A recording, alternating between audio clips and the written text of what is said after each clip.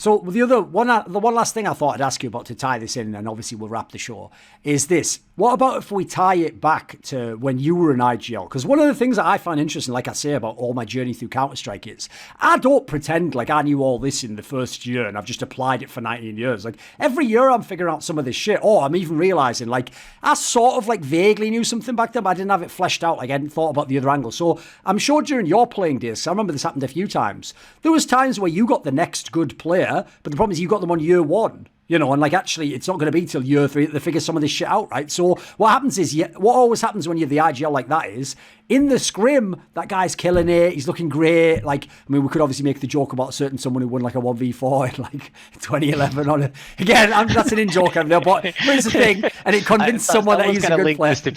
Someone's going to link this to Patrick. And basically, you know, it convinced him that he was already good. Whereas, like, yeah, obviously what you find out when you play the tournaments is like, well, now you find out all the flaws, right? So what was that dynamic like when you were the IGL?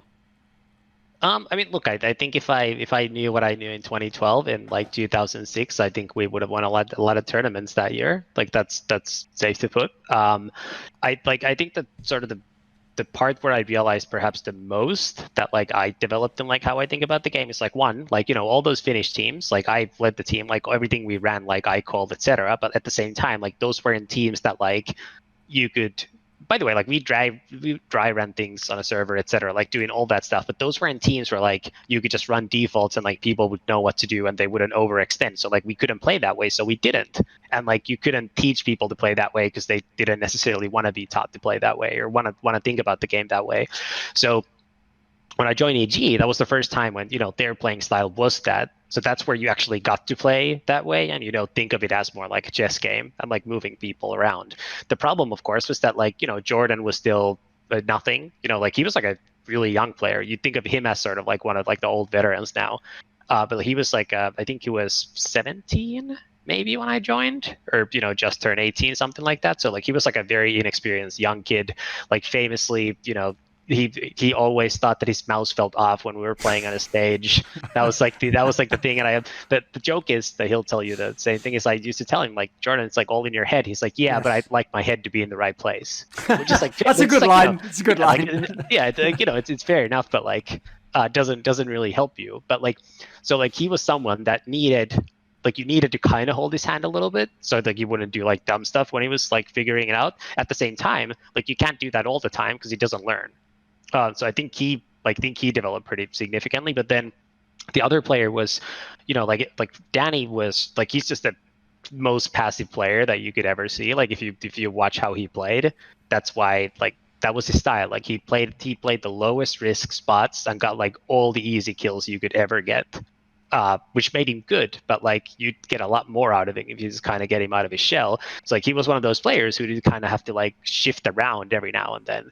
Like if you look at any of those old EG clips from like early 2009, here's what he did on train every round. He went to Z and he stayed he didn't even go to the front of the Z on train CT side. He stayed in the back where there's like the teeny crack where like you can never ever die no matter what happens. Like nothing bad can happen to you. You can't really do much to help anybody either unless somebody literally stops there, but it's like a free roll. Like you can only benefit, but it doesn't really help your team. It's just like really good for you.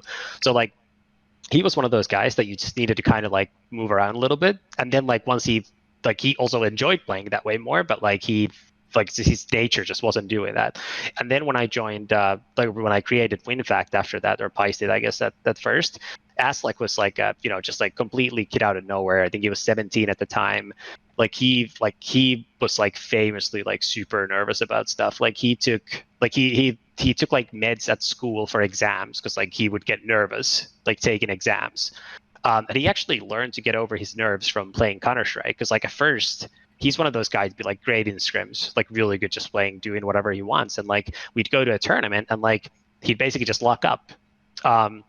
Because like he just wouldn't, like he just feels super nervous, like couldn't know what to do. And he actually ended up getting over his nerves in like a couple of months because we actually just tried to be like, listen, like you just do the same shit. Like we're not going to complain if you do dumb stuff and die, but we are going to complain if you just like sit back holding a corner you would never hold online. Like that's not going to be acceptable. But he actually ended up getting over that in like a couple of months. So like in that fall we went to like 5 tournaments in October, just like tons of travel. And he actually got over that, like applying to everywhere else too. So like he sort of like fixed himself mentally from playing Counter-Strike, or like whatever the block was that like caused him to get super nervous. So like that's like a good example of, I think, in the early days, like if I knew what I knew later on, say like I think Ruit would have been one of those guys that you could have potentially like, reined in just like the right amount, because I think he was a bit like nothing in the sense that those are like probably the two most talented players that I ever played with. Sure. So like if you could have, just kind of like directed that all that energy a little bit better, you probably would have gotten like significantly better results. And then I think like how like what we got out of that WinFact roster, I think like again, like if you think about like the kind of players that we picked up from day one and like what the budget on that team was, etc., is I think also pretty remarkable. Yes, you actually inadvertently brought it all full circle there at the beginning of the episode. Yeah, back to the beginning.